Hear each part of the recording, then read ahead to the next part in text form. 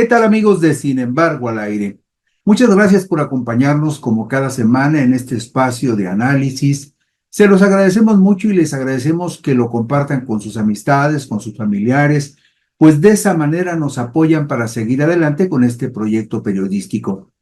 Las 2 semanas recientes han sido de muchos contratiempos y de muchos corajes para la oposición.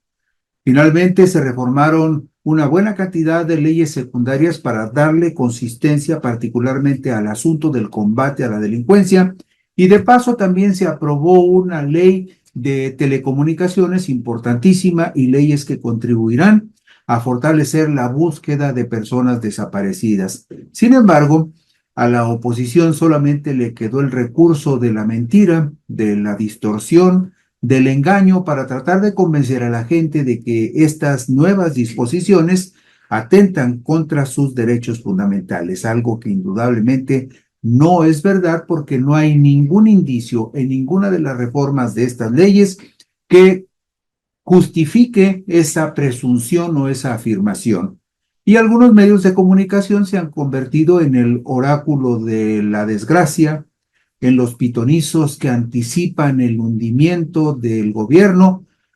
pero en realidad lo único que hacen es malinterpretar de manera dolosa algunas de las reformas para tratar de convencer a un cierto segmento de la población de que son reformas lesivas para los derechos de las personas. Sobre ese tema, comentaré con ustedes hoy en mi columna Puntos y Contrapuntos, que dice lo siguiente. Desde hace por lo menos 7 años viven extraviados, hundidos en el profundo pozo de la desesperanza, la angustia y un odio rabiosamente enraizado en sus corazones. Esos resentimientos y rencores pudren las almas de quienes no son capaces de extirparlos a tiempo. A la oposición y a quienes se han expresado en contra de las reformas a leyes secundarias aprobadas en un periodo extraordinario de sesiones del Congreso de la Unión, relacionadas con la Guardia Nacional, con la seguridad pública, la investigación de los delitos, los sistemas de inteligencia y la nueva ley en materia de telecomunicaciones, solo les quedó el amargo refugio de la mentira. Pero también fueron aderezadas esas mentiras y esas distorsiones en la interpretación de las leyes por las inferencias malintencionadas de medios de comunicación que anticipan como hechos consumados y censurables la posibilidad de que se presenten en el futuro situaciones que justifiquen sus críticas con respecto a la censura y la presunta violación a la privacidad de los ciudadanos. Una buena cantidad de medios ya no registran los hechos y la realidad. Se han convertido en oráculos del desastre y en pitonizos de las desgracias.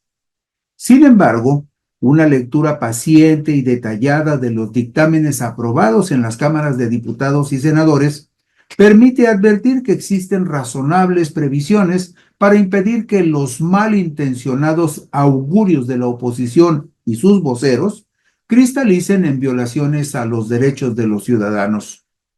Hay casos en los cuales la desmesura y hasta el odio descarnado de los críticos del gobierno de la Cuarta Transformación transita por los linderos del absurdo y el ridículo, como la presunción de que militares en activo podrían ser candidatos a cargos de elección popular. En ninguna parte de la nueva ley de la Guardia Nacional existe alguna disposición que respalde esa maliciosa presunción.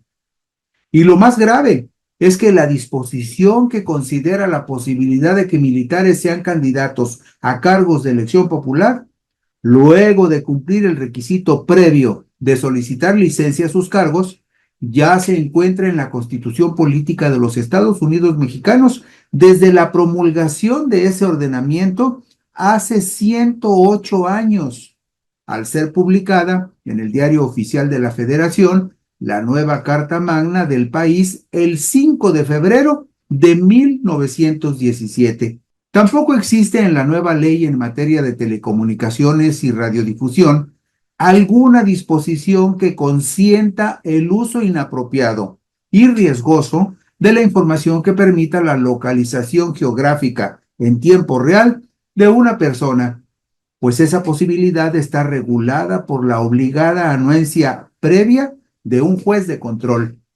La misma disposición de control judicial también está incluida en la ley de la Guardia Nacional, ceñida a las disposiciones que establece el artículo 16 constitucional. Al respecto, vale la pena señalar que el artículo 16 constitucional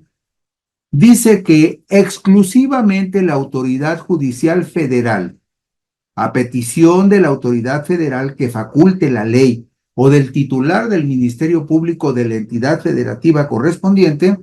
podrá autorizarse la intervención de cualquier comunicación privada.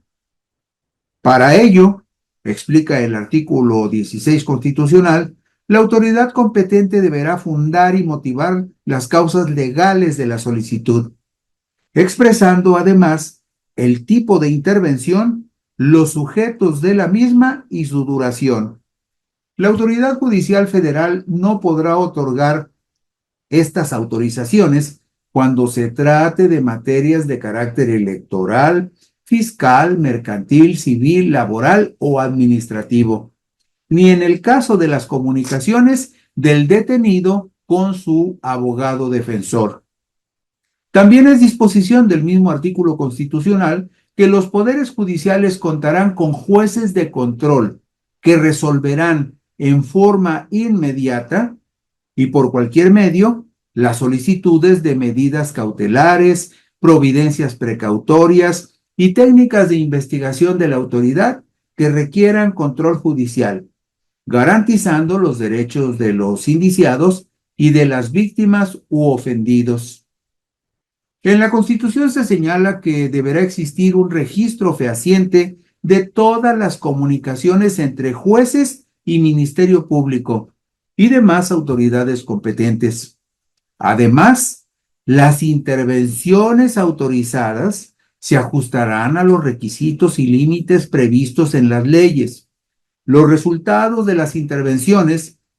que no cumplan con estos principios carecerán de todo valor probatorio. Esto refiere el artículo 16 constitucional, que no es vulnerado en alguna de las leyes aprobadas en las 2 últimas semanas de junio por las cámaras de diputados y senadores. Lo que sí existe en la nueva ley en materia de telecomunicaciones y radiodifusión son disposiciones muy precisas para la protección de los derechos de las audiencias, para el establecimiento de mecanismos que obliguen a las empresas a incorporar la figura del defensor de las audiencias y atender las observaciones y reclamos de quienes son destinatarios de sus mensajes. También se agregó una disposición muy concreta para evitar que propaganda política o intimidatoria generada en otro país sea difundida en nuestro territorio para agredir, amedrentar o denigrar a los mexicanos, como sucedió en abril del 2025 en un mensaje del gobierno de Estados Unidos que criminalizaba a los migrantes y los amenazaba en el supuesto caso de que pretendieran ingresar ilegalmente a territorio estadounidense. El artículo 132 de la recién aprobada ley en materia de telecomunicaciones y radiodifusión pone remedio a ese tipo de desmesuras al reglamentar de la siguiente manera: los concesionarios que presten el servicio de radiodifusión, televisión o audio restringidos en el país no podrán transmitir propaganda política, ideológica, comercial o de cualquier tipo de gobiernos extranjeros, con excepción de la promoción turística, cultural o deportiva. Tampoco se permitirá que gobiernos extranjeros utilicen los medios de comunicación nacionales para influir en los asuntos internos del país. La oposición y sus voceros objetan y califican como ley espía la recién aprobada Ley del Sistema Nacional de Investigación e Inteligencia en materia de seguridad pública, que pretende aprovechar las herramientas tecnológicas y científicas de inteligencia para consultar, acceder, procesar, sistematizar, analizar y utilizar la información contenida en registros administrativos, bases de datos y demás fuentes de información, en la creación de bases de datos y productos de inteligencia mediante el análisis criminal para la prevención del fenómeno delictivo, así como para la investigación estratégica de delitos cometidos por la delincuencia organizada, en particular aquellos delitos de alto impacto.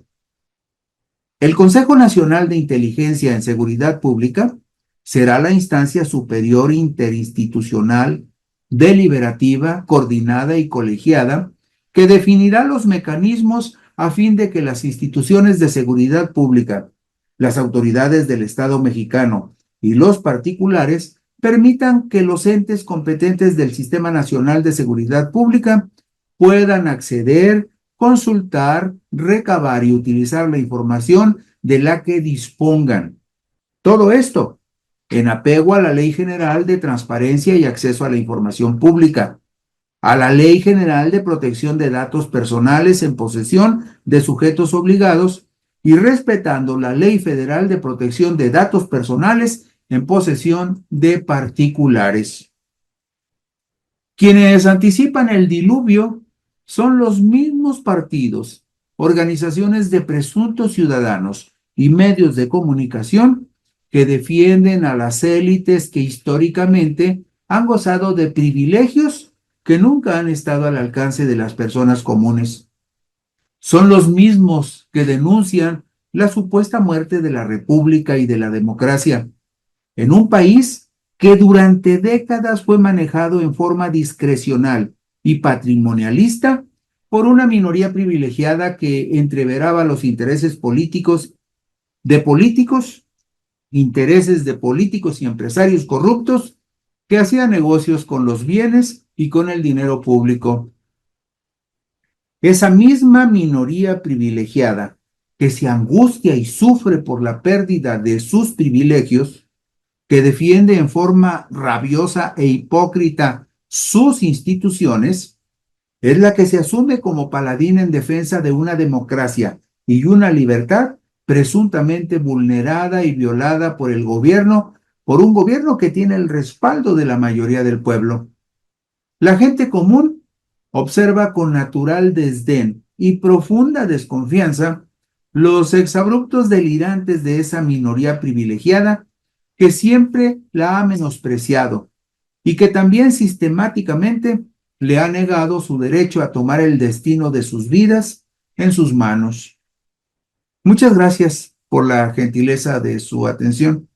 Si les apetece, por aquí nos encontraremos dentro de una semana.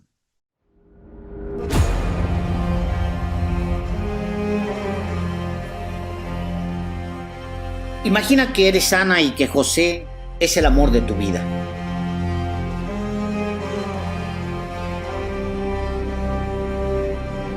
Imagina que un día de 1666, vaya año, adviertes a José que no lance la piedra que tiene en la mano, porque si la lanza, todas las cosas cambiarán. Imagina que José lanza la piedra y que el mundo que conocías se viene abajo. Y entonces tienes que despedirte de él. Y tu familia y la de José se ven forzados a dejar todo. Se dicen adiós. Y nunca se vuelven a encontrar hasta la década de 1930. Casi 250 años después.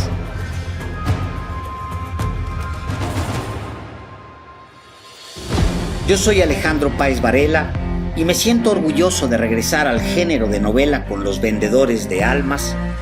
un relato sobre el amor, sobre las migraciones, sobre las almas que no mueren y la meticulosa gestación del mal.